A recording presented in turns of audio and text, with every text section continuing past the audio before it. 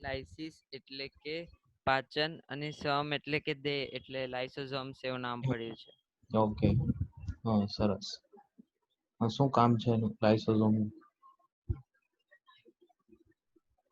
Sir, જે કોઈ અંગિકાનું એમ એટલે કાર્યકાળ સમાપ્ત થઈ ગયો એ અંગિકાનું પોતે પાચન કરી લે, પોતે એમ એને સમાપ્ત કરી દે છે. આપણે આત્મઘાતી અંગિકા પણ લાઇસોઝોમ ને કહેવાય, કેમ કે એની અંદર હા સર. કયા કયા પ્રકારના ઉત્સેચકો આવેલા છે? ચાલો એ બોલો છો. હાઇડ્રોલેસ, લાઇટેસ, પ્રોટીએઝ અને કાર્બોહાઈડ્રેટ અને ન્યુક્લિયોઇડ્સ. અને હાઇડ્રોલેટેસ એ જળ વિચ્છેદન કરે છે. લાઇટેસ એ લિપિડનું પાચન કરે છે. પછી પ્રોટીએઝ એ પ્રોટીનનું પાચન કરે છે. અને જ્યારે કાર્બોહાઈડ્રેટ એ કાર્બોદિત પદાર્થનું પાચન કરે છે. અને જ્યારે ન્યુક્લિયોઇડ એ ન્યુક્લિક એસિડનું પાચન કરે છે. બેટા કાછડિયા, આમાં તું ભણી કેમ લેશો? મને તો એ થાય છે. કેટલો અવાજ કેટલો હે બાજુમાં? ટીવી ઘડી કે કે લેક્ચર ચાલુ હોય ને ત્યાં સુધી ટીવી બંધ કરાવી દેવાનું બેટા. હે ને? સર, એમાં એવું છે કે એમાં શેરીમાં પતરા નાખવાના તેનો અવાજ આવે છે. અચ્છા, એવું છે. ઓકે, હા. પણ આપણે બને ત્યાં સુધી બધાને આ લાગુ પડે છે, એકાંત જગ્યા હોય, વ્યવસ્થિત જગ્યા હોય ત્યાં જ બેસવાનું. હજી આ કેમ ભાઈ? જગ્યા બદલી લો. સર, હા બોલો. સર એક ક્વેશ્ચન છે. હા હા બોલો. સર, ગોલીય કહેવાતા ટોપિકમાં છે ને ટેક્સ્ટ બુકમાં એક લાઈન આપેલી છે કે અંગિકાનો સીસ અને ટ્રાન્સ છેડાઓ એકબીજાથી તદ્દન અલગ હોય છે, પરંતુ એકબીજા સાથે જોડાયેલા હા હોય છે. હા. સર, ઓકે, એમાં હા. સમજની પડી કેવી રચના હોય છે એ. હા, એ સારું થયું યાદ કર્યું.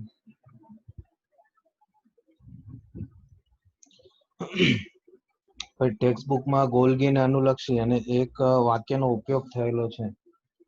આ વાક્ય કે અંગિકાઓના સીસ અને ટ્રાન્સ. મીઠા પેન પણ પેલાના પૂર્ણ થઈ ગયા લાગે.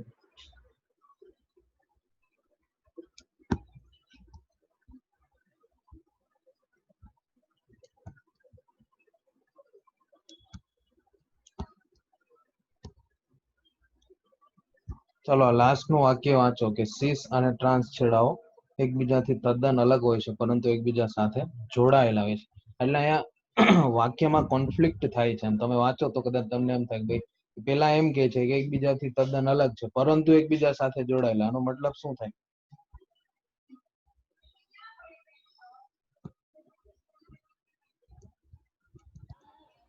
સર, મીન્સ એ લોકો કાર્યથી અલગ હશે ને, અને એ નહીં, લોકોનું એક મિનિટ કહું છું. એકચ્યુઅલી મને આ પેન થોડી તકલીફ કરે છે. પેન ચાલતી નથી. આ સેલ આઈ થિંક એના પૂર્ણ થઈ ગયા.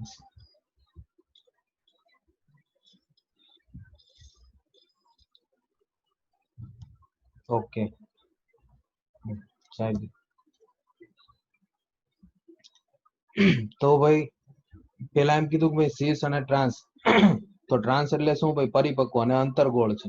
આ ભાગ આખો આપણો પરિપક્વ અને અંતર્ગોળ છે. અને આ નિર્માણકારી બહિર્ગોળ એ સીસ. તો પેલા એવું કીધું છે કે ભાઈ બંને એકબીજાથી અલગ છે, પણ એકબીજા સાથે જોડાયેલા છે. આને તમે ઇંગ્લિશમાં વાંચો તો ઈઝી પડે કે ભાઈ ઇન્ટરકનેક્ટેડ છે. આમ બંને ડિફરન્ટ પણ ઇન્ટરકનેક્ટેડ છે. એનો મતલબ શું થાય? જો કે આ આખો ભાગ આખો અલગ છે. ઉદાહરણ તરીકે આને અત્યારે આપણે આ સીસ છે બહિર્ગોળ, અને આ જે છે આપણું આ આખો ભાગ બ્લેક કલર આપું છું એને. આ જે બ્લેક કલર તમે જોવો છો અત્યારે, આ આખો ભાગ આપણો ટ્રાન્સ છે. તો આ તમે જુઓ કે આખો ટ્રાન્સ અલગ પડે છે. આ સીસ આખો અલગ પડે છે બંને અલગ, પણ આ અહીંથી જો બંને જોડાયેલા છે. સમજ પડે છે? બંને આ જગ્યાએથી જોડાયેલા છે. એટલે જ્યાં સતત વિકાસ થાય છે. એટલે આ કેના જેવી વસ્તુ છે કે ભાઈ એક પહાડ છે. ઉદાહરણ તરીકે આ લાવારી સામે આવતો હોય, અને આ પહાડ જે છે આમ મોટો થતો જાય છે, મોટો થતો જાય છે, મોટો થતો જાય છે, વિકાસ પામતો જાય છે. અને આ ટૂંકમાં એનો નિર્માણકારી ભાગ છે. એને હું રેડ, આ આખો નિર્માણકારી ભાગ છે. અને આ બ્લેક કલર આપણો અત્યારે પરિપક્વ થઈ ગયો છે. આ બ્લેક કલર તમે જોવો છો. તો આ આખો પહાડની ટોચ અને પહાડનું આ બોટમ બંને અલગ છે, પણ આ છે તો જોડાયેલા. એવું તો નથી કે પહાડની આખો જે પહાડની ચોટી છે, શિખરની ચોટી આખી એનો જે નિર્માણકારી ભાગ છે આખો આમ ઉપર અલગ છે અને પછી જે પેલું નીચેથી બને છે, આમ બંને વસ્તુ એક ઉપર છે એક નીચે છે પણ વચ્ચેથી જોડાયેલા છે. તો અહીંયા એ શબ્દનો ઉપયોગ કરો એટલે તમને આરામથી ખબર પડી જશે ભાઈ વચ્ચેથી જોડાયેલા છે, આમ બંને અલગ છે. સમજ પડી? Yes or no? Yes yes sir. Sir. પાકું કે હા? ના સર, પડી સમજ. તો બંને અલગ છે પણ વચ્ચેથી બંને આ રીતે ઇન્ટરકનેક્ટેડ છે. અહીંથી તમે જોવો છો અહીંયા મેં ફિગર ડ્રો કરી એમાં કઈ બંને આમ હા ભાગ બંને એક આ નિર્માણકારી બહિર્ગોળ એ અલગ છે અને આ પરિપક્વ અંતર્ગોળ એ એક આ બાજુ છે એક આ બાજુ છે. બંનેની દિશા ઉત્તર દક્ષિણની છે પણ વચ્ચેથી તો બંને જોડાયેલા છે. એટલા માટે ત્યાં એવા વાક્યનો ઉપયોગ કરેલો છે અને એ સાચું છે. ઓકે, કઈ પ્રિન્ટિંગ મિસ્ટેક નથી, ભૂલ નથી. It is right sentence. તો ભાઈ આ આપણે આના વિશે ચર્ચા કરી, એન્ડોમેમ્બ્રેન સિસ્ટમ, અને એમાં જે શા માટે આ ચારને જ કીધું અંતઃપટલમય તંત્રમાં. ભાઈ આજે કેમ બધા ઘણા લોકો એબસન્ટ છે? શું કે આજે તો કયો વાર છે? બુધવાર. આજે તો ઇંગ્લિશ નો લેક્ચર પણ ના મંગળવાર છે ને? ગ્રુપમાં મેસેજ મૂકવા દેજો.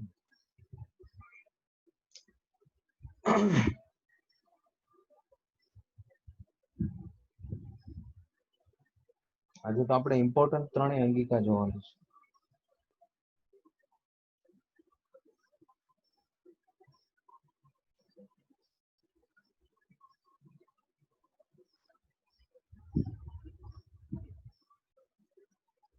નિરાતે બધા આવે છે ભાઈ.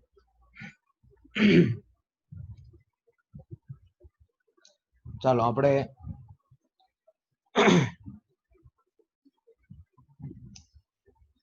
હવે જોઈએ કણાપ સૂત્ર.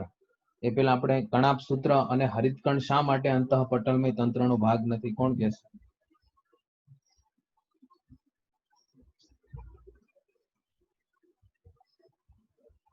બોલો. અંતઃપટલમય તંત્રમાં ચાર વસ્તુ આવે ને, અંતઃકોષરસ જાળ, ગોલ્ગી બોડી, લાઇસોસોમ ને રસધાની. તો કણાપ સૂત્ર ને એને એમાં શા માટે નથી રાખેલું?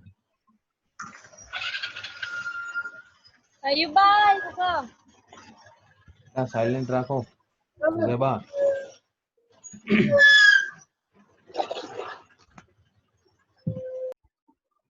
ભાઈ આ કણાપ સૂત્ર ને અંતઃપટલમય તંત્રનો ભાગ શા માટે નથી કીધું? આ ગઈકાલે સમજાવેલું. ચાલો કણાપ સૂત્ર પેલા બુકમાં આપેલું છે એટલું જોઈએ, પછી એક્સ્ટ્રા વસ્તુ ચર્ચા કરીએ. જવાબ દેશે બેટા કોઈ? કણાપ સાહેબ સૂત્ર તેના પાસે પોતાના ડીએનએ અને રિબોઝોમ આવેલા હોય છે. ઓકે. એટલે આ પેલી એક અંગિકા સાથે આમ તમે જોવા જાવ તો સીધી રીતે કામ કરતી નથી. બાકી અંતઃકોષરસ જાળમાંથી પ્રોટીન બને, એ પ્રોટીન આવે ગોલ્ગી બોડીમાં, ગ્લાયકોપ્રોટીન બને, એ પછી લાઇસોસોમમાં પેક થઈ જાય અને લાઇસોસોમ પછી બીજાનું પાચન કરે. તો આ બધા સાથે મળીને કામ કરે છે. એટલા માટે અંતઃપટલ તંત્ર કે. શા માટે ભાઈ એને એન્ડોમેમ્બ્રેન સિસ્ટમ કીધી? ભાઈ બધા સાથે રહીને કામ કરે છે એટલા માટે. આમાં કણાપ સૂત્ર હરિતકણ ક્યાંય આવતું નથી એટલા માટે આ પટલમય તંત્રનો ભાગ નથી. કોણ? કણાપ સૂત્ર અને હરિતકણ. ચાલો હવે કણાપ સૂત્ર જોઈએ. માઇટોકોન્ડ્રિયા. તો માઇટો નો મતલબ થાય થ્રેડ, તાંતણો.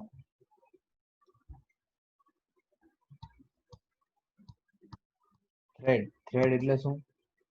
તાંતણો. અને કોન્ડ્રિયા નો મતલબ થાય ગ્રેન. ગ્રેન એટલે કણિકા અથવા તો કણ જેવી રચના. આમ છે આમ તાંતણો જેવું પણ અંદર આવી કણિકા ભાઈ ક્રિસ્ટીન એ બધી એવી રચના બનાવે છે. એટલે આનું નામ માઇટોકોન્ડ્રિયા એવું નામ આપી દીધું છે. કણાપ સૂત્ર માઇટોકોન્ડ્રિયા. તો આ હોય ક્યાં ભાઈ? કોષની અંદર જ હોય. અને આને માઇટોકોન્ડ્રિયાને આપણે બીજું શું કહીએ તો કે ભાઈ કોષનું શક્તિઘર કહેવાય. કોષનું શક્તિઘર. શા માટે આને કોષનું શક્તિઘર કીધું છે? તો કે આમાં જે એટીપી બને ભાઈ, એ બધા એટીપી જે બને છે એ એટીપી આની અંદર જ બનશે, અને એ એટીપી જે છે આપણે બધી ક્રિયા માટે જરૂરી છે શરીરની. જ્યાં ઉર્જાની જરૂર પડે ત્યાં એટીપી ના સ્વરૂપમાં એડિનોસાઇન ટ્રાઇફોસ્ફેટ. આપણું જે નેક્સ્ટ ચેપ્ટર ચાલશે એટલે તમને એટીપી નું સ્ટ્રક્ચર પણ તમને ખબર પડી જશે કે એટીપી કેમ હોય. અને આવા બધા ટોપિક જ્યારે તમે બેટા સમજતા હોય અને જ્યારે તમારું મિત્ર મંડળ જે અન્ય જગ્યાએ જતા હોય અને એની સાથે આવા ટોપિક ચર્ચા કરવાની, એટલે ખબર પડે તમને પણ અને એ લોકોને પણ કે આપણે કેવું વસ્તુ સ્ટડી કરીએ છીએ. આ એટીપી નું સ્ટ્રક્ચર તમે જાતે ડ્રો કરતા થઈ જશો જ્યારે આપણે ચાલશે ને ત્યારે 9મા નંબરના પ્રકરણ.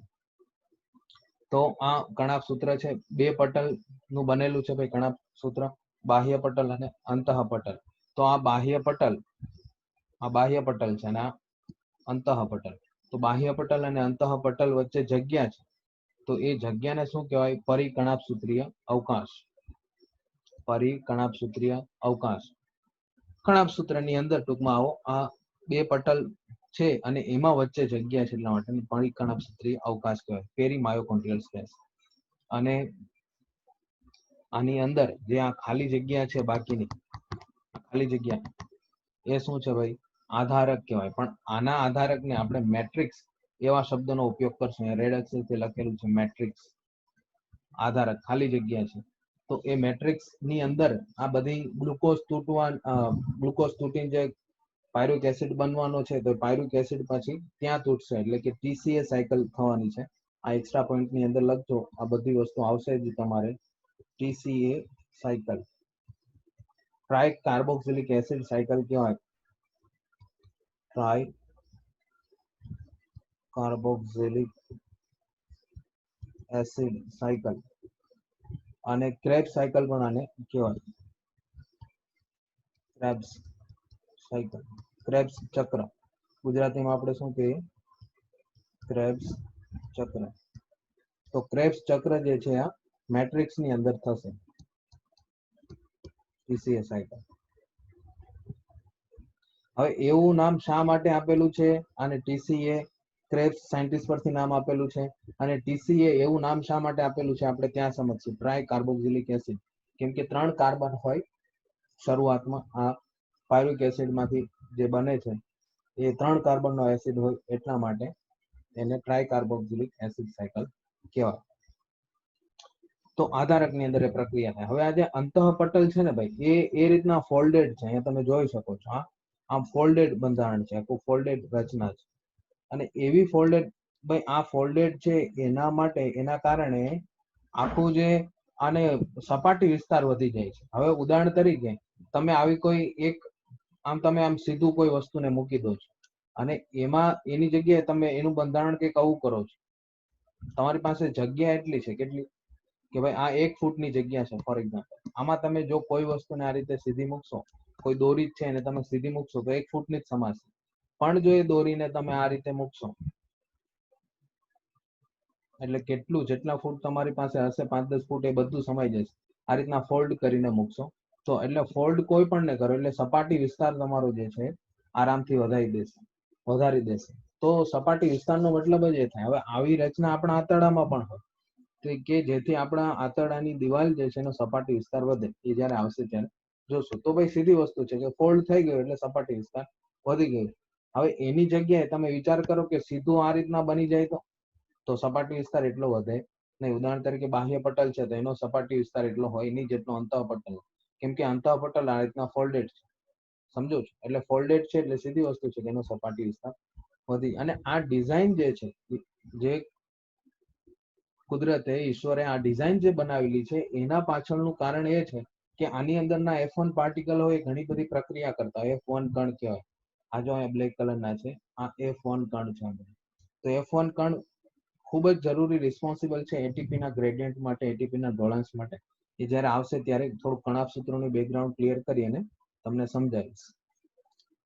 તો ભાઈ આ કણાપ સૂત્રની લંબાઈ કેટલી છે? 1 થી 4.1 mm મિલીમીટર લંબાઈ એટલી છે. અને પહોળાઈની વાત કરીએ તો 0.2 થી 1 mm એટલી એની પહોળાઈ છે.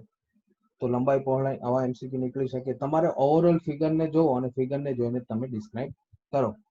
શરૂઆતમાં તમારી બુકમાં કહી દીધું છે કે ભાઈ ચોક્કસ પ્રકારના અભિરંજકથી આ અભિરંજિત થાય છે, ચોક્કસ પ્રકારના સ્ટેનથી આ અભિરંજિત થાય છે, પણ એ સ્ટેનનું નામ બુકમાં લખેલું નથી.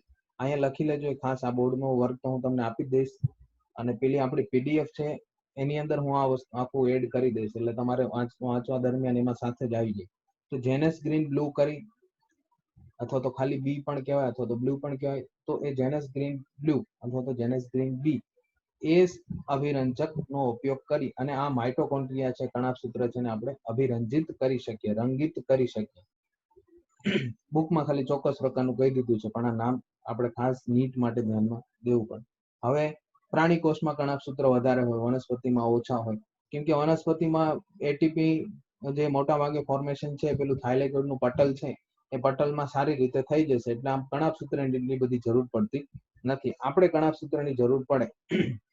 એનું કારણ એ છે કે આપણી પાસે આવો કોઈ થાઇલેકોઇડ છે નહીં, આપણે એટલે એટીપી બનાવી શકીએ નહીં, એટલે પ્રાણી કોષમાં વધારે છે. ચાલો પછી આકાર કેવો છે, તો કે ભાઈ રકાબી આકાર અથવા તો નળાકાર હોઈ શકે. આ રીતના નળાકાર હોઈ શકે અથવા તો રકાબી આકારના પણ હોઈ શકે કણાભસૂત્ર. પહોળાઈની વાત કરી, લંબાઈની વાત કરી.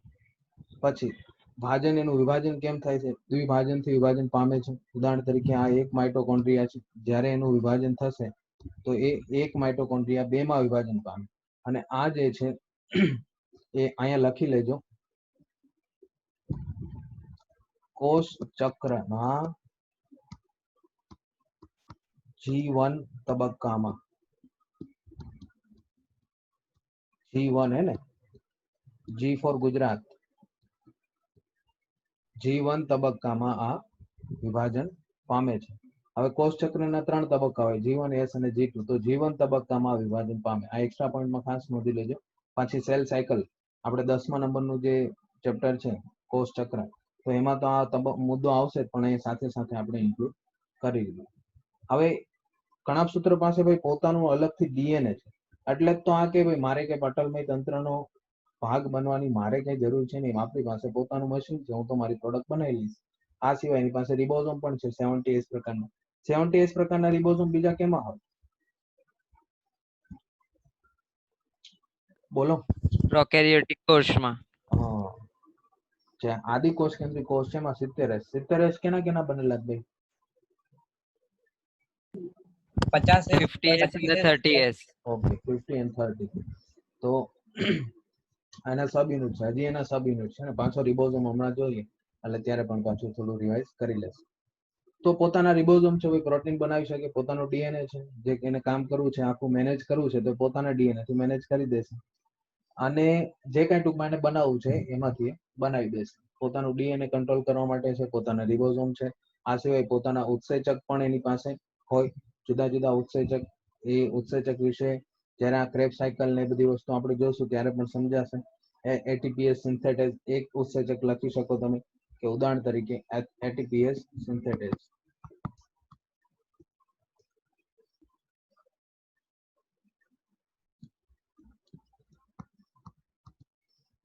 એટીપીએસ સિન્થેટેઝ કે જે એટીપી બનાવવા માટે જરૂરી છે. તો એટીપીએસ સિન્થેટેઝ એની પાસે ભાઈ ઉત્સેચક આવેલું છે.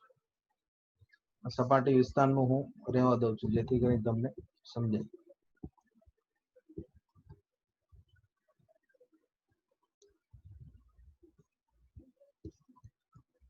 સપાટી વિસ્તાર આનો કેવો છે? વધુ. આનો કેવો છે ભાઈ? ઓછો. અને આ જે મેં આજુબાજુ આખું મોટું બ્લુ કલરનું બનાવેલું છે શું છે ભાઈ? બોલો. હા, કોષની અંદર જ હોય. એટલે આના ઉપર ફોકસ અત્યારે ચાલે છે એટલા માટે આ આપણે કરેલું છે. પછી જયારે આપણે હરિતકણની વાત કરતા હશું તેની અંદર હરિતકણ છે. જ્યારે તમે કોષ કેન્દ્રની વાત કરતા હશું આપણે તો ત્યારે કોષ કેન્દ્ર હશે.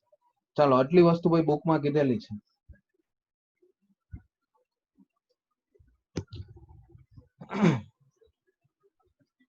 બુકમાં આટલું ડિસ્ક્રિપ્શન આપેલું છે. આ સિવાય જો આ બધી વસ્તુ આપણે ચર્ચા કરી, આ પણ એ લોકોએ બુકની જ વસ્તુ વાત કરી દીધી છે. F1 કણોની આપણે એક્સ્ટ્રામાં વાત કરી, ક્રિસ્ટી પર F1 કણો આવેલા છે.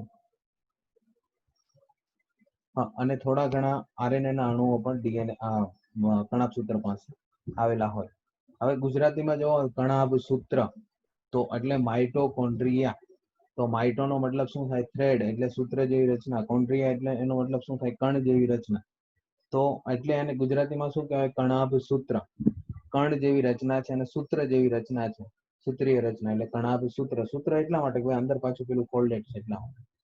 તો હવે આમાં સંખ્યાને અનુલક્ષીને વાત કરી દીધી છે કે કણાભસૂત્રની સંખ્યા છે કે જે તે સજીવની દેહધાર્મિક ક્રિયા કેવી છે એના પર ડિપેન્ડ છે. જેને ઉર્જાની જરૂર વધારે છે એને કણાભસૂત્ર વધારે હશે. આપણામાં પણ પાછું એવું હોય, આપણા સ્નાયુના કોષો હોય, ચેતાકોષો છે, તેમાં કણાભસૂત્રની સંખ્યા વધારે હોય, કેમ કે ત્યાં કામ કરવાનું વધારે હોય એટલા માટે. તો આપણા શરીરમાં પણ પાછું પર્ટિક્યુલર પ્રાણી કોષમાં, આપણે બધા પ્રાણી જ કહેવાય, તો પ્રાણી કોષમાં કણાભસૂત્ર વધારે છે, પણ એમાંય પાછું ડિપેન્ડ કરે છે કયા કોષમાં વધારે છે, કયા કોષનું કામ વધારે છે. તો સ્નાયુ કોષ છે, ચેતાકોષ છે, એની અંદર વધારે હોય. બાકી બીજી વનસ્પતિની વાત કરીએ તો માઇક્રો એસ્ટેરિયસ, પછી ક્લોરેલા, ક્લેમિડોમોનાસ, આની અંદર માત્ર ને માત્ર એક જ કણાભસૂત્ર હોય. અને એક ચૌસ કરીને આ એનું સાયન્ટિફિક નામ છે અમીબાનું. તો એની અંદર 50,000 જેટલા કણાભસૂત્ર જોવા મળે છે. વિચાર કરો, એક જ કોષ ને 50,000 જેટલા કણાભસૂત્ર છે. આખી એક કોષીય જ રચના આવી, પણ આમાં 50,000 જેટલા કણાભસૂત્ર જોવા મળે. તો એ ડિપેન્ડ કરે છે સજીવ ઉપર. હવે જે કોલિકર નામના સાયન્ટિસ્ટ હતા, આમાં એવું કઈ તમારી બુકમાં નથી કીધેલું, પણ જે કોલિકર નામના સાયન્ટિસ્ટ હતા એમણે આનું અભિરંજક જેને સ્ક્રીન બ્લુ એ ઉપયોગ કરી અને આનું અવલોકન કરેલું હતું. અને બેન્ડા નામની સાયન્ટિસ્ટ હતી, she is a girl, a lady. તો એણે કણાભસૂત્ર એવું નામ કોણે આપેલું? તો કે બેન્ડાએ. અને સૌ પ્રથમ આનો અભ્યાસ કોણે કરેલો? તો અભ્યાસ કોલિકરે. સાલ કઈ તમારે યાદ રાખવાની કોઈ જરૂર છે નહીં. પછી કિંગ્સબર્ગ, એમણે શું સાબિત કર્યું કે ભાઈ આ જે કણાભસૂત્ર છે એમાં કોષીય શોષણ થાય. એટલે બેટા જો આપણે જે ઓક્સિજન લઈએ છીએ ને, તમે ક્યારે એવો વિચાર કર્યો કે આપણે જે ઓક્સિજન લઈએ છીએ ક્યાં જતો હશે? તો એમ જ લઈએ છીએ કા? એવો ક્યારે વિચાર કરેલો કે ઓક્સિજન આપણે લઈએ છીએ જતો ક્યાં હશે, શું કરતો હશે? બધા કોષોમાં. હા, કોષોમાં જઈને શું કરતો હશે? Hi, hello, hi, how are you, I am here. શક્તિ. ગ્લુકોઝ ના પાચન માટે ઓક્સિજન જરૂરી છે. હા, ગ્લુકોઝ ના પાચન માટે પણ બીજું સ્ટેપ. આ જે ગ્લુકોઝ હોય 6 કાર્બન હોય, C6H12O6. આ તમને આખું બંધારણ પણ આનું હું શીખવીશ કે ભાઈ કેવું આનું ક્યાં હોય છે, બધું છે શું. આ 3 કાર્બન નો પાયરુવેક એસિડ બનાવે. આ પાયરુવેક એસિડ આ કોષ રસમાં બને, હમણાં આપણે આગળ વાત કરી. પછી આ કોષ રસમાં બની અને પછી એ કણાભસૂત્ર ની અંદર એન્ટ્રી લઈ લેશે. આ 3 કાર્બન નો જે પાયરુવેક એસિડ છે એ પછી આની અંદર એન્ટ્રી લઈ લેશે. તો એ ત્યાં પછી ઓક્સિજન નો મોલેક્યુલ જોઈએ, O2. એ આખી સાયકલ આપણે જોશું ને, ક્રેબ સાયકલ, એટલે તમને સમજાઈ જશે, તમારા સિલેબસ નો ભાગ છે. તો પછી એ તૂટશે ભાઈ આખો પાયરુવેક એસિડ. એટલે આપણે જે ઓક્સિજન લઈએ છીએ ત્યાં કામ આવે છે. તમે જે ખોરાક ખાધેલો છે પેલા તેને પાચન કરો. તો પાચન કરી અને જે એમાંથી જે કઈ ફોર એક્ઝામ્પલ ગ્લુકોઝ મળેલો છે, તો ગ્લુકોઝ જે છે એનો આ જે થાય છે ને ગ્લાયકોલિસિસ કહેવાય, ગ્લુકોઝ તૂટવાનું. અને એમાં જે પાયરુવેક એસિડ બની ગયો છે એ પાયરુવેક એસિડ પછી જશે ત્યાં, અને ત્યાં O2 નો ઉપયોગ કરીને તૂટશે. તો કોષીય શોષણ માટે આ જવાબદાર છે. આવી વાત કોણે કરેલી હતી? કિંગ્સબર્ગે ભાઈ આ વસ્તુ સાબિત કરેલી હતી કે ભાઈ કોષીય શોષણ નો જ આ કણાભસૂત્ર જે છે કોષીય શોષણ કરે. અને વિચાર કરો, જો કણાભસૂત્ર ના હોય તો પછી ઓક્સિજન, પછી માણસ જીવે જ નહીં. પેલી વસ્તુ તો એ છે. જો અત્યારે હું બોલું છું તો મારી જીભને ઉર્જાની જરૂર છે, મારા હાથ હલતા હોય તો મારી હાથને ઉર્જાની જરૂર છે. તો ઉર્જા કોણ આપે? આ કણાભસૂત્ર આપે. સમજો છો? તો કણાભસૂત્ર નહીં હોય તો ઉર્જા આવશે નહીં. ચાલો, પછી નેક્સ્ટ સાયન્ટિસ્ટે શું કીધું કે આલ્ટમાન કરીને સાયન્ટિસ્ટ છે, તો એમણે શું કીધું કે કણાભસૂત્રને બાયોપ્લાસ્ટ તરીકે ઓળખાવ્યું હતું. ભાઈ શા માટે બાયોપ્લાસ્ટ તરીકે ઓળખાવ્યું? કેમ કે આ એક એવી અંગિકા છે કે જેનાથી, આમ તો દરેક અંગિકાનું કોઈ કામ છે જ, પણ આ એક એવી અંગિકા છે કે જેનાથી આખી જીવન જે છે, લાઈફ જે છે એ સચવાઈ રહેલી છે આ અંગિકાને કારણે. એટલા માટે એને બાયોપ્લાસ્ટ કીધું કે ભાઈ આખો સેલ, તમે વિચાર કરો કે જો એટીપી નહીં હોય તો ગોલ્ગી પણ કામ ના કરી શકે, પેલો લાઇસોસોમ પણ કામ કરી શકે નહીં. દરેક કાર્ય માટે ઉર્જાની તો જરૂર છે. તો ઉર્જા કોણ પ્રોવાઈડ કરે? આજ વિચાર કરો કે આપણા ઘરની અંદર જે કઈ પણ ફેન છે, ટ્યુબલાઇટ છે, બધી વસ્તુ ચાલે છે, દરેકનું મહત્વ છે. ફેન ના હોય તો પવન ના આવે, ટ્યુબલાઇટ ના હોય તો પેલો પ્રકાશ ના આવે, ફ્રીજ ના હોય તો આપણો ખોરાક સારો ના રહે. અત્યારે હું આ તમને લેપટોપમાં જે સ્ટડી કરાવું છું ભાઈ, આ લેપટોપ ના હોય તો આપણી સ્ટડીમાં એટલું આપણે સારી રીતે ના કરાવી શકીએ. તો આ દરેકનું, એટલે આ બધી અંગિકાઓ છે ઉદાહરણ તરીકે. પણ જો ઇલેક્ટ્રિસિટી ના હોય તો, જો વીજળી નહીં હોય, ઇલેક્ટ્રિસિટી ના હોય તો બધું કામ ના આપે ને, બધું એમને પડેલું. તો ઇલેક્ટ્રિસિટીનું આ એટલે કે ઉર્જા આપવાનું કામ કરે છે, એટલા માટે એવી વાત એને કરેલી. તો કણાભસૂત્રના બીજા નામ પણ છે કોન્ટ્રીયોઝોમ, પ્લાસ્ટોકોન્ટ્રિયા કે બાયોપ્લાસ્ટ. બાયોપ્લાસ્ટ હમણાં જેવું કોન્ટ્રીયોઝોમ, કોન્ટ્રીયો એટલે સૂત્રીય રચના, ઝોમ એટલે એ દેહ, સૂત્રીય જેવું દેહ છે એટલા માટે.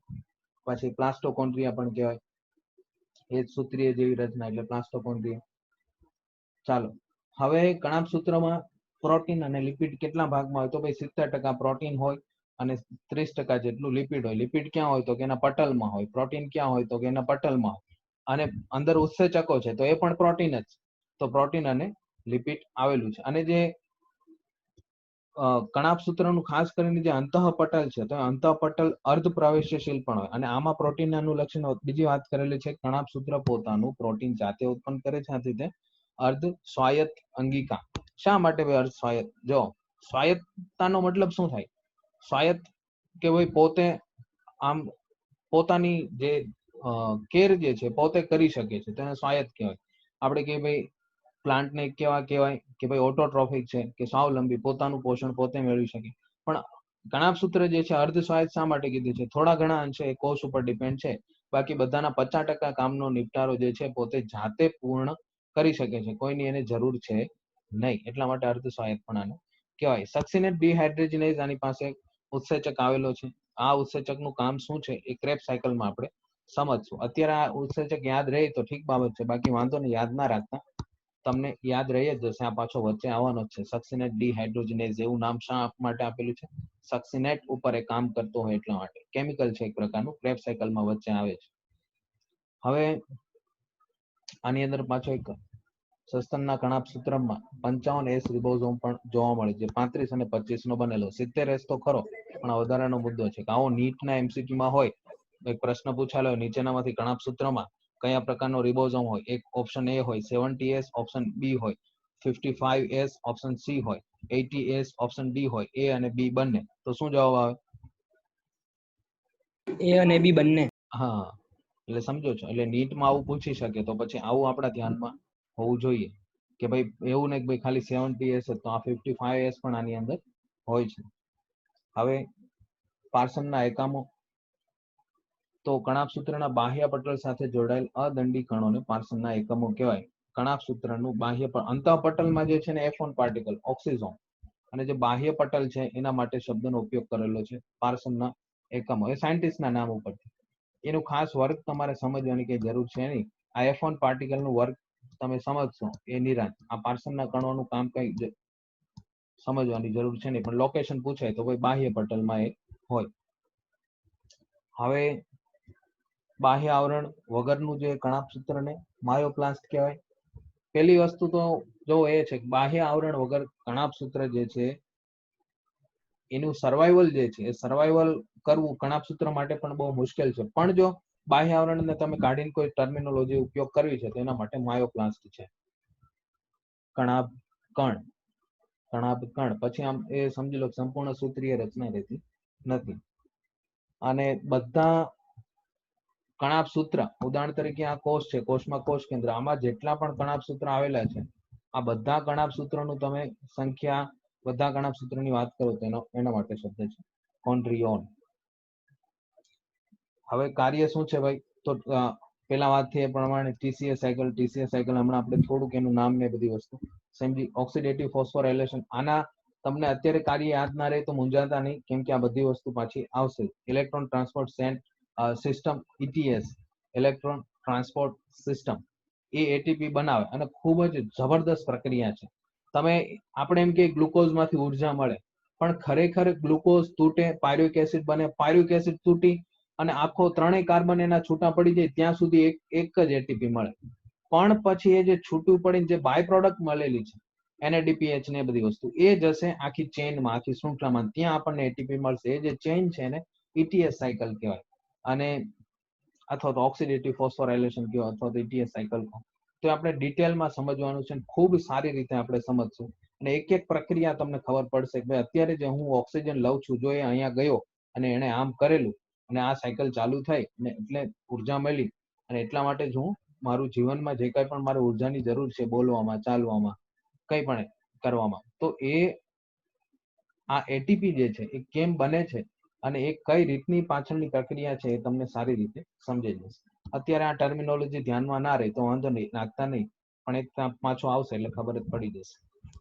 સર હા સર 29 અને 30 તારીખે જે એક્ઝામ છે એના પછી બાયોલોજીની એક્ઝામ નથી ને કે છે? બાયોની નથી આઈ થિંક, કેમ કે એ લોકોએ જ આપણને સેન્ડ નથી કરેલું એવું કઈ પરિપત્ર.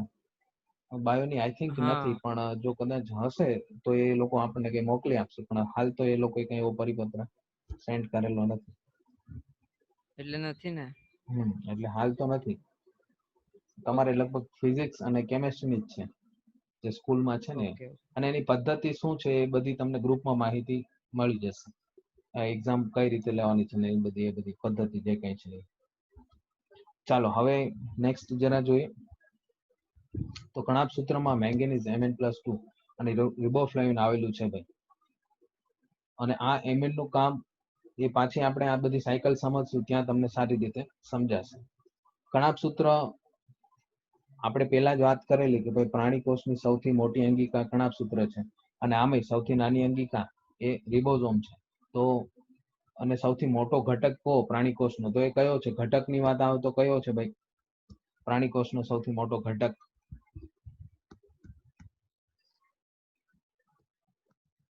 સૌથી મોટો ઘટક તો શું આવે? કોષ કેન્દ્ર. અને સૌથી મોટી અંગિકા હોય તો આ કણાભ સૂત્ર. તો largest organelle of animal cell એટલે કણાભ સૂત્ર સૌથી મોટી અંગિકા. ચાલો કણાભ સૂત્રમાં કઈ પ્રશ્ન હોય તો જણાવો બેટા. નો સર, ક્લિયર. અને છેલ્લે મને ના યાદ સર દેવડાવજો, આગળ તમને 2-4 વિડીયો દેખાડવાના છે at the end of the chapter, હે ને? એ લાસ્ટ લેક્ચરમાં હું બતાવી દઈશ તમને. મને યાદ દેવડાવજો ઓકે. જરા. એક ઓવરઓલ સેલ નો છે, એક કણાભ સૂત્રનો છે, અને એક છે આ હરિતકણનો. ચાલો હરિતકણ જોઈએ હવે. તો હરિતકણ પેલા બુકમાં આપેલી છે એ વાત કરીએ. રંજક કણો, રંજક કણો કેટલાક પ્રજીવોમાં હોય, ઉદાહરણ તરીકે યુગ્લિનોઇડ્સ છે, યુગ્લિના, તો એમાં આ પ્રકારના રંજક કણો. જો રંજક કણનો મતલબ એ નથી થતો હરિતકણ, હે ભાઈ, કેમ કે રંજક કણમાં ઘણા બધા આવે. તો હરિતકણ એટલે એવું નહીં કે ભાઈ એ એક જ રંજક કણ છે. રંજક કણ તો બહુ બધા પ્રકારના હોય, બહુ બધા ટાઈપના હોય. તો રચના એની એકદમ સૂક્ષ્મ છે. પ્રકારની વાત કરીએ આગળ, પછી હરિતકણ પર્ટિક્યુલર જોશું.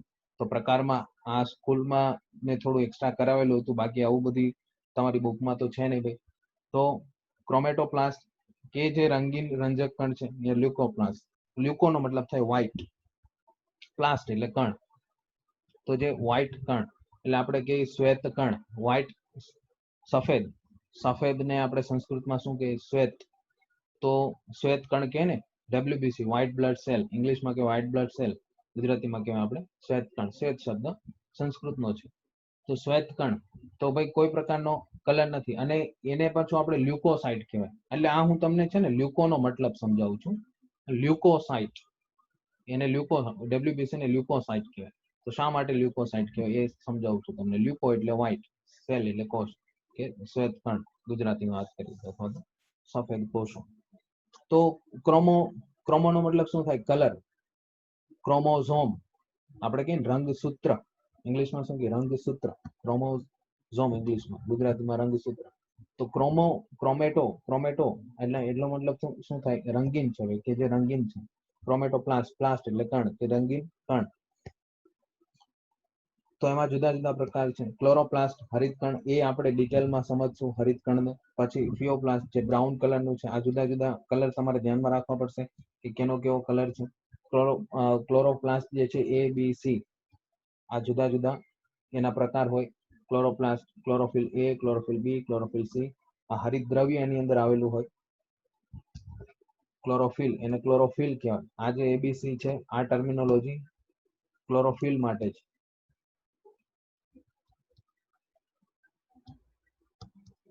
ક્લોરોફિલ તો હરિત દ્રવ્ય, હરિત દ્રવ્યના જુદા જુદા પ્રકાર એ, બી, સી. એ પાછું આપણે હરિત દ્રવ્ય આનું કામ શું છે અત્યારે આપણા સિલેબસ નો ભાગ નથી. એબીસી નું એ પ્રકાશ સંશ્લેષણમાં આવશે જ તે પાછું. આ એબીસી ને પાછું આ કન્સિડર ના કરી લેતા ને આખો અલગ ભાગ છે. તો પછી રોડોપ્લાસ્ટ, રોડો નો મતલબ થાય રેડ. તો ભાઈ રેડ કલર ના છે, લાલ કણ કહેવાય એને. આ ઘણા બધા રંગ કણ છે તો જુદા જુદા, બ્રાઉન, રેડ, ગ્રીન આ જુદા જુદા હશે. પછી બ્લુ ગ્રીન છે તો એમાં ક્રોમોપ્લાસ્ટ આવે. ભાઈ રંગીન છે, બ્લુ ગ્રીન છે તો એમાં ક્રોમોપ્લાસ્ટ આવે. લ્યુકોપ્લાસ્ટ ની અંદર જે વ્હાઇટ કલર ના છે ભાઈ એમાં કોઈ પણ પ્રકારનો કલર નથી તો મંડક કણ આવે વનસ્પતિની અંદર. તો મંડક કણ એ મંડક એટલે ભાઈ સ્ટાર્ચ, મંડક કણ ની અંદર સ્ટાર્ચ હોય. પછી તેલ કણ આવે તો એ ચરબી સ્વરૂપે હોય. પછી સમિતાયા કણ આવે તો એ પ્રોટીન સ્વરૂપે હોય. એટલે એમસીક્યુ બેટા નીટમાં ખાસ પૂછાઈ જાય અને જોડકા જોડો એમાં પૂછાઈ જાય મંડક કણ, ચરબી, પ્રોટીન. તો એના માટે કઈ વસ્તુ છે મંડક કણ, તેલ કણ અને સમિતાયા કણ. તો તમને સમિતાયા કણ અને મંડક કણમાં કન્ફ્યુઝન થઈ શકે કેમ કે તેલ કણ એટલે તો ખબર જ પડે તેલ ને ચરબી. મંડક કણ અને સમિતાયા કણ એ ખાસ ધ્યાનમાં દેવાનું છે કે સમિતાયા કણ એટલે પ્રોટીન અને મંડક કણ એટલે સ્ટાર્ચ. તો હરિત કણની રચના જોઈએ પેલા બુકમાં છેલ્લું જોઈએ પછી થોડું એક્સ્ટ્રા આપણે જોઈ લઈશું. તો હરિત કણની અંદર અગેન પાછું હરિત કણ જે છે જો હરિત કણ ને હરિત દ્રવ્ય, તો હરિત દ્રવ્ય વસ્તુ હરિત કણની અંદર જ છે પણ હરિત કણ એટલે સંપૂર્ણ અંગિકા. આ આખું જે છે હરિત કણ છે અને ક્લોરોપ્લાસ્ટ કહેવાય. ઇંગ્લિશમાં શું કહેવાય? ક્લોરોપ્લાસ્ટ. ચાલો આવું નામ શા માટે પડેલું ભાઈ? ક્લોરો એટલે શું થાય તો કે આ હરિત વસ્તુ, ક્લોરોફિલ હરિત વસ્તુ, પ્લાસ્ટ એટલે કણ કે ભાઈ હરિત એટલે કે લીલી વસ્તુ છે એનો જે કલર છે ગ્રીન છે એટલા માટે. અને પ્લાસ્ટ એટલે કણ. આપણે કેમ કણાપ સૂત્રને કણ કીધું છે એ રીતે ક્યાંક ને ક્યાંક આની રચના પણ એ પ્રકારની. આનું કઈ અંતઃપટલ ફોલ્ડેડ ને એવું કઈ હોય નહીં. બે પટલ છે, બાહ્ય પટલ અને અંતઃપટલ. અને આની અંદર અંતઃપટલ કઈ ફોલ્ડેડ છે ને ભાઈ. તો આના અંદરની બાજુ શું હોય તો અંદરની બાજુ આવી થાઇલેકોઇડની પટ્ટીઓ છે. આ તમે જોવો સિક્કાની થપ્પી આપણે કેમ બનાવી દીધી હોય એ પ્રકારની આવી પટ્ટીઓ છે. અને આ આખી જે પટ્ટી છે એના તમારે એક વચન વાપરવું હોય તો એને ગ્રેનમ કહેવાય.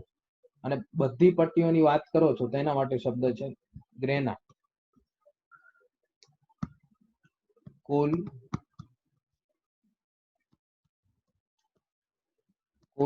ગ્રેનમ તો એના માટે શબ્દ શું છે? ગ્રેના. એટલે પ્લુરલ થઈ ગયું, બહુવચન થઈ ગયું. અને એક પટ્ટીની વાત કરો તો ગ્રેનમ. અને એ પટ્ટીની અંદર શું છે તો કે થાઇલેકોઇડ. અને થાઇલેકોઇડ ની અંદર કોટર હોય. આ અવકાશ અથવા તો એના માટે આપણે કોટર શબ્દનો પણ ઉપયોગ કરી શકીએ. અને જે બેટા પ્રકાશ સંશ્લેષણ થાય છે ને બહુ જબરદસ્ત પ્રક્રિયા છે. અને એ પ્રકાશ સંશ્લેષણ આ હરિતકણની અંદર જ થાય. અને પાણીનું તૂટવું હોય, ઇલેક્ટ્રોન બનવા હોય, પ્રકાશનું આવવું હોય, CO2 નું આવવું હોય, અને એ બધી પ્રક્રિયા આની અંદર જબરદસ્ત થશે. આમાં જૈવ રાસાયણિક તબક્કો ને બધું આપણે થોડું સેપરેટ કરવાનું છે. તો એ પાછું પ્રકાશ સંશ્લેષણમાં આપણે સમજશું એટલે ડિટેલમાં તમને પાછું સમજાઈ જશે. હાલ ઓવરઓલ આપણે સેલ જોઈએ છે એટલે આ બધી વસ્તુ પાછી તમારે રિપીટ થવાની જ છે. ત્યાં પણ આપણે પાછું રિપીટ કરાવશું. તો આ ગ્રેના છે ભાઈ, ગ્રેનમ છે એક વચન કહીએ તો ગ્રેનમ ને સાંકળતા પટલ છે. તો એને શું કહેવાય? આંતરગ્રેનમ પટલ. આંતરનો મતલબ શું થાય કે આંતર એટલે બે ની વચ્ચે. Inter not inner. ઇન્ટર ઇંગ્લિશમાં કહીએ તો ઇન્ટર કનેક્ટેડ છે ભાઈ. આ વસ્તુ ઇન્ટર કનેક્ટેડ છે તો એટલે કે આ આંતરિક રીતે જોડાયેલી છે, આંતરિક રીતે જોડાયેલી છે. એનો મતલબ શું થાય કે ભાઈ બે ની વચ્ચે. ઉદાહરણ તરીકે આ ગ્રેનમ છે તો બે ગ્રેનમ ની વચ્ચે એટલે એને કહેવાય આંતર ગ્રેનમ પટલ કે જે બે ગ્રેનમ ને સાંકળી રાખે છે, જોડી રાખે છે. એનું પણ કાર્ય છે. અને હરિતકણ પાસે અગેન પોતાનું ડીએનએ છે. રિબોઝોમ પણ પોતાના છે. પેલા 70S જે બેક્ટેરિયામાં હોય, કણાભસૂત્રમાં હોય એ પ્રકારના. તો 70S રિબોઝોમ પણ છે અને ડીએનએ પણ પોતાનો છે. એટલે આ પણ પોતાનું મોટા ભાગનું કામ જે છે જાતે કરી શકે છે. અને આમાં જે ખાલી જે વિસ્તાર છે અને આધારક કહેવાય. ચાલો કણાભસૂત્રમાં જે ખાલી વિસ્તાર હોય એને આપણે શું શબ્દનો ઉપયોગ કરેલો? આના ખાલી વિસ્તારને આપણે આધારક કીધું. કણાક સૂત્રને માં જે ખાલી વિસ્તાર છે એને શું કહેવાય? બોલો. આધારક નહીં, એના માટે મેટ્રિક્સ હા મેટ્રિક્સ, એના માટે મેટ્રિક્સ શબ્દ છે, ખાસ ધ્યાન રાખો. અને આના માટે આધારક. આમ બંને છે જ આધારક, છે આધારક જ કે ભાઈ ખાલી જગ્યા, પણ કણાપ સૂત્ર માટે પર્ટિક્યુલર શબ્દ અલગ વાપરેલો છે, મેટ્રિક્સ. અને શા માટે એનું કારણ છે કે ઘણી પ્રક્રિયા તમે મેટ્રિક્સ શબ્દ વાંચો ભાઈ આ મેટ્રિક્સમાં થાય એટલે પછી તમારે પેલું હરિતકણ મગજમાં આવવું જ ના જોઈએ. મેટ્રિક્સ કહી દીધું એટલે પછી કણાપ સૂત્રની જ વાત થાય છે. કેમ કે મોટા ભાગે જે એટીપી બનવાની જે ઘટના છે આમાં પણ થાય, કણાપ સૂત્રમાં પણ થાય. એટલે એની ઘટનાનું જયારે વર્ણન થતું હોય ત્યારે આધારક શબ્દનો ઉપયોગ થાય એટલે ખબર પડે કે હરિતકણની વાત થાય. મેટ્રિક્સ શબ્દનો ઉપયોગ થાય એટલે ખબર પડે કે હરિતકણની કણાપ સૂત્રની વાત થાય છે. ચાલો આકારની વાત કરી દીધી છે. આકાર કેવા છે? લેન્સ આકારના હોય, અંડાકાર હોય, ગોળાકાર હોય, બિંબાકાર હોય, પટ્ટી જેવા હોય. તો આ ઓવરઓલ હે ને, થાઇલેકોઇડની પટ્ટીની નથી વાત થતી, ઓવરઓલ હરિતકણની વાત થાય છે કે હરિતકણનો આકાર કેવો હોય. લંબાઈ જુદી જુદી છે ભાઈ, 5 થી લઈને 10 માઇક્રોમીટર જેટલી લંબાઈ હોય, પહોળાઈ 2 થી લઈને 4 માઇક્રોમીટર જેટલી પહોળાઈ હોય. તો લંબાઈ પહોળાઈની વાત કરી દેવાનું. ફિગર ધ્યાનમાં રાખો. અંદરના આ જે વર્ણન કરવું છે સારી રીતે વર્ણન પણ તમે કરી શકો. ચાલો ફિગર જોઈને વર્ણન કોઈ 2 મિનિટમાં કરે તો કેવું કરશો તમે? વર્ણનની મેથડ હોય, ફિગર જો કે હરિતકણની રચના 2 પટલની બનેલી છે, બાહ્ય પટલ અને અંતઃ પટલ. હરિતકણની અંદર સિક્કાની થપ્પીની માફક ગોઠવાયેલી થાઇલેકોઇડની પટ્ટીઓ આવેલી છે અને આ પટ્ટીઓ ગોઠવાયેલી છે એને ગ્રેનમ કહેવાય. અને બહુવચન માટે આ સંપૂર્ણ પટ્ટીઓની એક સાથે શબ્દ ઉપયોગ કરવો હોય તો એને ગ્રેના કહેવાય.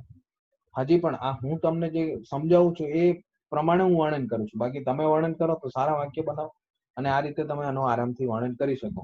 હરિતકણ પાસે પોતાનું ખુદનું ડીએનએ છે જે અને પોતાનો રિબોઝોમ પણ છે. રિબોઝોમ 70S પ્રકારનો છે. હરિતકણમાં જે વચ્ચે ખાલી જગ્યા છે એને આધારક કહેવાય. થાઇલેકોઇડની અંદર અવકાશ હોય તેને કોટર કહેવાય. લંબાઈની વાત કરો, આકારની વાત કરો, પહોળાઈની વાત કરો, સંખ્યાની વાત હમણાં આપણે કણાપ સૂત્રમાં વાત કરીએ આમાં પણ કરવાની કે ભાઈ ક્લેમિડોમોનાસ જેવી લીલની વાત કરીએ તો એમાં એક જ હોય.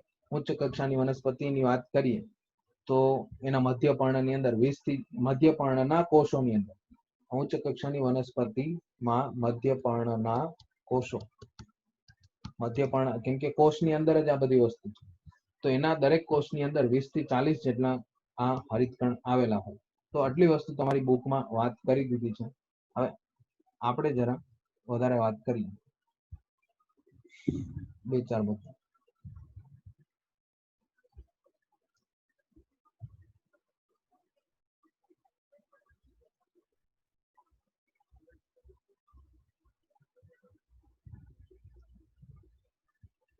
ચાલો આ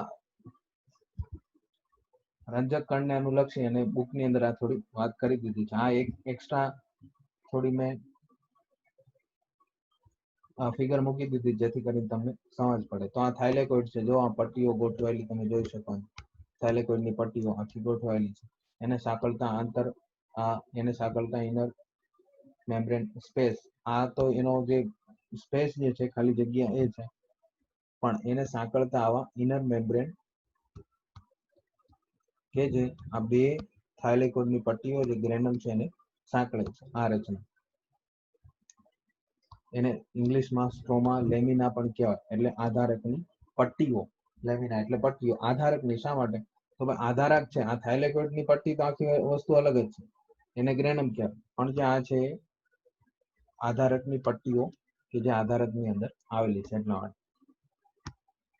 તો આ તમે જ્યારે ટૂંકમાં આને અંદરની રચનાની વાત કરો તો આ પ્રકારની રચના છે, એટલા માટે એટલો ભાગ ઓપન કરી દીધો છે જેથી કરીને આપણે અંદરની રચના નો અભ્યાસ કરી શકીએ. એટલે આ ઓરિજિનલ ઇમેજ નથી, આ એનિમેટેડ ઇમેજ છે કે જેમાં તમને સમજાઈ શકે. અને આ તમારી બુકમાં આપેલી ઇમેજ છે એ જ છે. પણ આપણે જે પેલું તમે જ્યારે જાતે ડ્રો કરશો તો 3D જેવું દેખાતું એવું ડ્રો કરવાની જરૂર છે નહીં, પેલું 2D માં ડ્રો કરી દો તો પણ ચાલે. ચાલો આ આપણે રંગકણ, રંગહીન કણ એની ચર્ચા કરી કયા કયા આવે. અને આ હરિતકણ એમાં પર્ટિક્યુલર આપણે જોવાનું છે. રંજક કણમાં રંગક કણ અને રંગહીન કણ 2 પ્રકાર આવે. હવે આ જે એક્સ્ટ્રા વસ્તુની આપણે વાત કરવાની હતી એ આ છે કે રંજક કણની અંદર આપણે આ રંગકણ અને રંગવિહીન કણ, તો એ આપણે આખો આ ચાર્ટ જોયો હમણાં. હવે આમાં જરા એક બે મુદ્દા, એક LHC નું ખાસ જોવાનું છે, લાઇટ હાર્વેસ્ટિંગ કોમ્પ્લેક્સ, પ્રકાશગ્રાહી સંકુલ. જો આ જે પેલું આપણે થાઇલેકોઇડ ને બધી વસ્તુ જોઈએ ને, તો એની અંદર આ પ્રકારનું પ્રકાશગ્રાહી સંકુલ હોય. તો આ પ્રકાશગ્રાહી સંકુલનું કામ શું છે કે અહીંથી જ્યારે પ્રકાશ આવે તો આ પ્રકાશ નો ઉપયોગ કરી અને આપણા જે H2O છે એ H2O નું વિભાજન થાય અને એમાંથી આપણને પછી 4 ઇલેક્ટ્રોન ને H+ ને +O2 ને એવું બધું મળે. પણ આ 2H2O હોય અહીંયા, પણ એ કેમ મળે છે આ બધી વસ્તુ એ આપણે પછી સમજશું.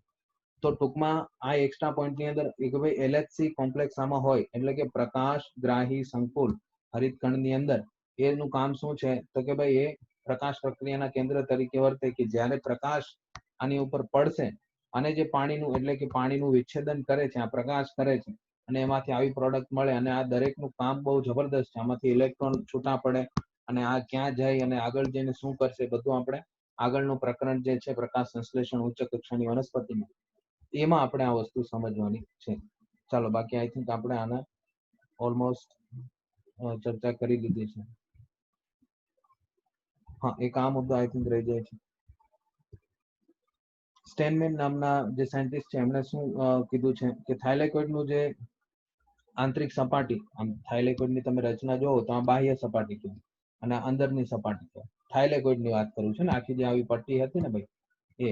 તો આ આંતરિક સપાટી પર એક ચોક્કસ પ્રકારના ઘટકો જે છે એ જોવા મળે છે અને એટલે એ ઘટકો વિશે એમણે ડિસ્કવર કર્યું. પછી આવે છે પાર્ક અને લિગિન્સ.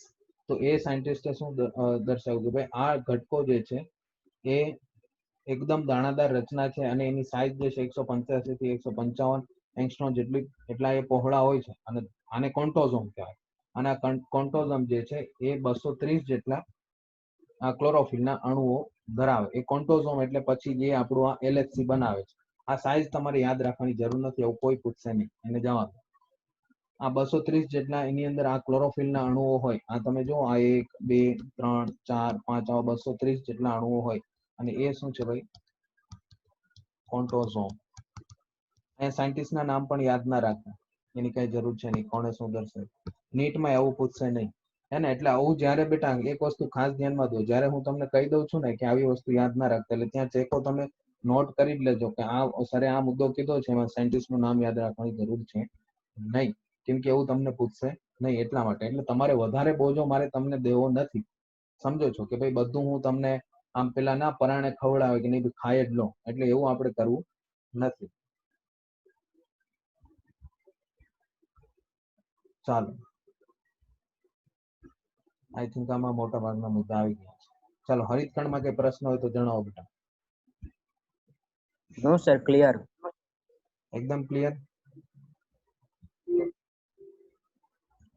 Yes sir. એક બીજી વસ્તુ ખાસ કે જ્યારે તમે વાંચવા બેસો છો અને પેલી ખરેડની બુકમાંથી આજે હા પેપર બેટા ચેક થઈ ગયા છે, માર્ક્સ પણ મુકાઈ ગયેલા છે ગ્રુપમાં, જોઈ લેજો જરા.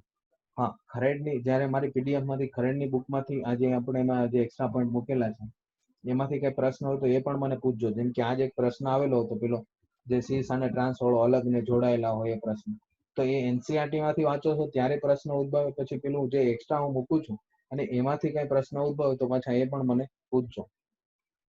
ચાલો, હવે જેના લાસ્ટ આપણે જોઈ લઈએ રિબોઝોમ. તમારી બુકમાં ખૂબ જ શોર્ટમાં આપી દીધું છે કે રિબોઝોમ એટલે આ કે 1953 માં ઇલેક્ટ્રોન માઇક્રોસ્કોપ ની ટૂંકમાં શોધ થઈ અને એ ઇલેક્ટ્રોન માઇક્રોસ્કોપ ની મદદથી આ એક સઘન કણિકામય રચના રિબોઝોમ ની શોધ થઈ, એની મદદથી ઇલેક્ટ્રોન માઇક્રોસ્કોપ. તો પછી બે પ્રકારના હોય, આદિ કોષ કેન્દ્રીમાં અને સુકોષ કેન્દ્રીમાં. આદિ અને સુકોષ કેન્દ્રીમાં. આદિમાં કેવા પ્રકારના હોય તો કે ભાઈ અહીંયા 70s અને અહીંયા કેવો હોય 80s. તો 70 ના બે ભાગ, 80 ના બે ભાગ, આના 50 30 આના 60 40. તો આ S એટલે શું? S નો મતલબ શું થાય ભાઈ? આગળ આપણે વાત થઈ એ પ્રમાણે ઓવરઓલ કોષનું જોતા હતા, સ્વેડબર્ગ એકમ કહેવાય કે કેટલી સ્પીડથી નીચે ધસી જાય છે એ પ્રમાણેનો એકમ આખો બનતો. રિબોઝોમ નું કામ શું છે ભાઈ? જો હવે આને 70s શા માટે? જો જ્યારે આ બનતું હોય ને ત્યારે આ આવડા 30s છે અને આ 50s છે. તો જો આ 30s ની ઉપર આ 50s આવી જાય એટલે પેન અને ઢાંકણ જેવું તમે એક્ઝામ્પલ એ લઈ શકો. તો એટલા માટે પછી આ 80s નથી રહેતો, એ 70s જ થઈ જાય છે. તો હવે આની વચ્ચે આમ mRNA આવશે. આ mRNA આવેલો ક્યાંથી હોય? ઉદાહરણ તરીકે આપણો સેલ છે, સેલમાં કોષ કેન્દ્ર, એમાં ડીએનએ માંથી બની જશે આવો mRNA.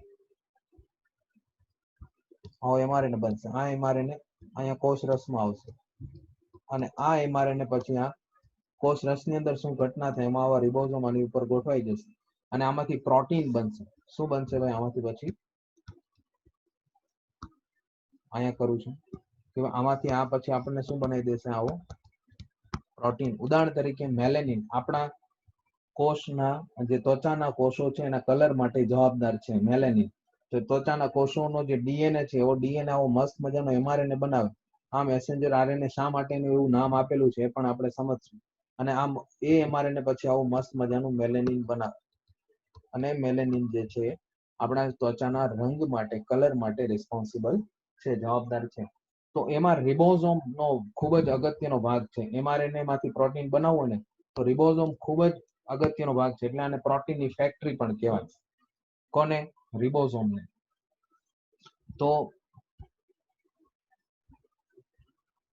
જો આ રિબોઝોમના આપણે બે પ્રકાર જોયા,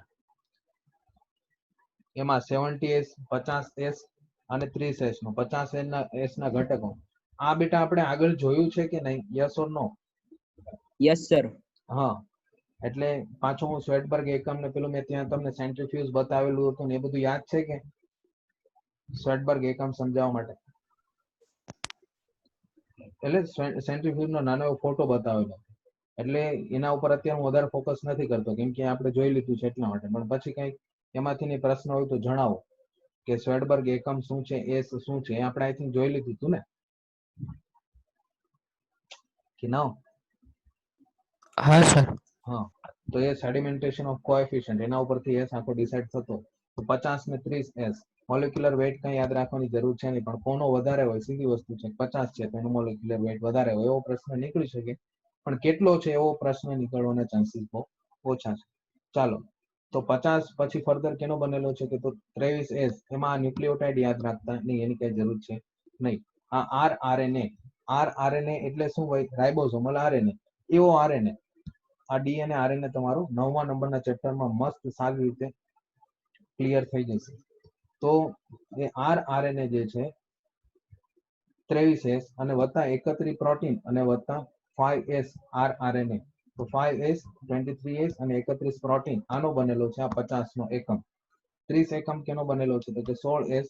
આના ન્યુક્લિયોટાઇડ યાદ રાખવાની જરૂર નથી. આ ન્યુક્લિયોટાઇડ છે શું એ તમારું ક્લિયર થઈ જશે હે ને? એટલે આ ન્યુક્લિયોટાઇડને લઈને ટેન્શન ના લો. રિબોઝની શર્કરા હોય, એક ફોસ્ફેટ હોય, એક નાઇટ્રોજન બેઝ, આવો ન્યુક્લિયોટાઇડ. અને આ ક્લિયર થઈ જશે તમારો એકદમ ડિટેલમાં. આવું મસ્ત કેમિકલ સ્ટ્રક્ચર સારી રીતે તમે ડ્રો કરતા થઈ જશે. તમને એક ને એક થી શીખવાડીશ ન્યુક્લિયોટાઇડ કોને કહેવાય, શું છે બધી વસ્તુ. અચ્છા, પછી આમાં 21 પ્રોટીન છે. સુકોષ કેન્દ્રની વાત કરીએ તો 60 અને 40. તો 60 કેનો બનેલો છે ભાઈ? 28s આરઆરએનએ, રાઇબોસોમલ RNA. 49 પ્રોટીન હોય, 5s and 5.8s. આવું નીટમાં પૂછાઈ શકે, ખાસ ધ્યાન દેજો બેટા કે લાર્જર સબ યુનિટ જે મોટો એકમ છે સુકોષ કેન્દ્રીય કોષમાં રિબોઝોમનો, એ કેનો બનેલો છે અને નાનો એકમ જે છે કેનો બનેલો છે. તો ચાલો, નાનો એકમ કેનો બનેલો છે ભાઈ? 18s અને 33 જેટલા પ્રોટીન. આનો ચાર્ટ આ રીતે તમે બનાવી દેજો વ્યવસ્થિત, એટલે તમને યાદ રાખવામાં સરળતા રહેશે. ચાલો, બાકી આમાં એક્સ્ટ્રા જે વાત કરેલી છે કે રાઇબોઝોમની બંધારણ પહેલા વાત કરીએ પ્રોટીન અને આરઆરએનએ, રાઇબોઝોમલ આરએનએ અને બીજા પ્રોટીન. અને સૌથી નાની અંગિકા રિબોઝોમ છે. સસ્તનના રક્તકણમાં રિબોઝોમ હોતા નથી. પેલેડે આની શોધ કરેલી. કોની? રિબોઝોમની. પેલેડે નામના સાયન્ટિસ્ટ ત્યાંથી એને આપણે પેલેડે કણ પણ કહેવાય.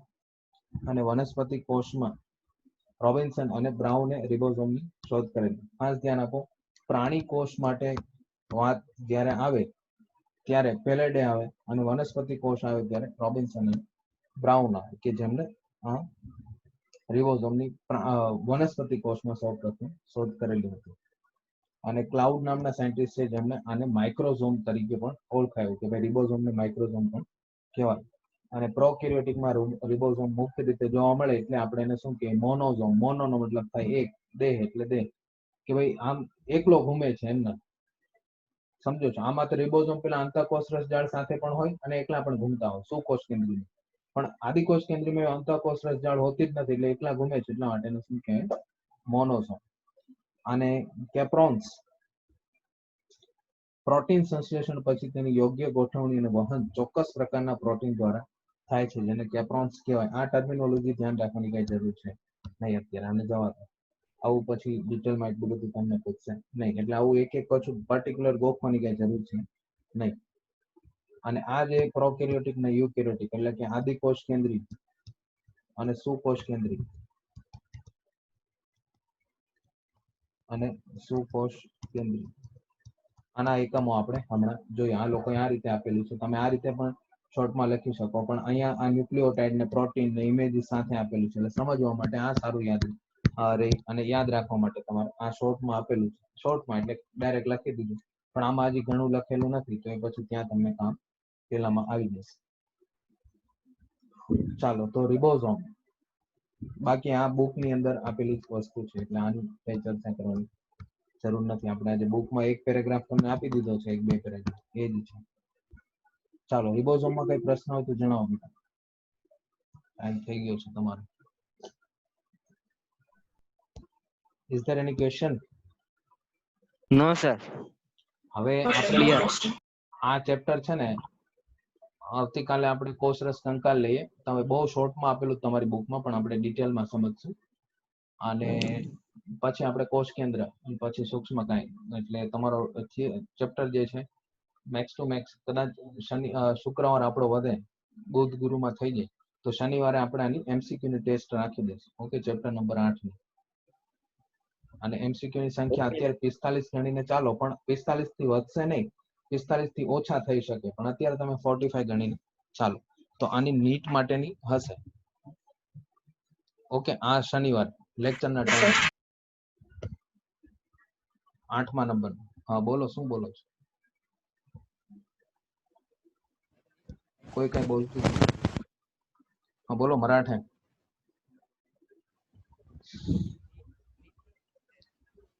બોલો. ચાલો આજે સર નેગેટિવ માર્ક્સ હશે? હા, નેગેટિવ માર્ક્સ આપણે નીટ ની જ્યારે લઉં છું ત્યારે એ નીટ પ્રમાણે જ ચાલશે કે 1 માર્ક્સ એનો નેગેટિવ. સર એમસીક્યુ એટલે નીટ પ્રકારની જ રહેશે ને? હા, નીટ પ્રકારના જ રહેશે. એટલે તમને આ ઓકે બધું એમાં એક્સ્ટ્રા ને બધું રીડિંગ કરવાનું. બાકી બોર્ડ જ્યારે ઓકે. થિયરી થાય સબ્જેક્ટિવ તો એ આપણે આ રીતે જ લેશું. હા. અને 3 ચેપ્ટર ની પછી એક સાથે 100 માર્ક્સ ની લઈ દઈશ. એ 3 ચેપ્ટર અથવા તો જોઈએ છે વધે તો પછી, કેમ કે એમાં 4-5 ચેપ્ટર હોય ને તો સારું રહે 100 માર્ક્સ માં. બાકી 2 ચેપ્ટર ની શ્યોર હોય તો સર. 50 ગુણ ની કેવું કંઈક કરશું આપણે, હે ને? યસ એટલે સર. તમે દર વીકમાં એક્ઝામ દેવા તો બેટા તૈયાર રહેજો જ તે. Okay, yes sir. ઓકે. અને રીડિંગ સાથે સાથે કરો. અને આવતા વીક થી હું વિચારું છું તમને 2 લેક્ચર વચ્ચે 15 મિનિટનો ગેપ આપીએ, જેથી કરીને તમે થોડા ફ્રેશ વધારે થઈ જાય. વાંધો નહીં ને? Yes sir. હા સર. ઓકે. એમાં થોડો વાંધો હોય નહીં. હા. ઓકે, વાંધો નહીં. ચાલો મળીએ.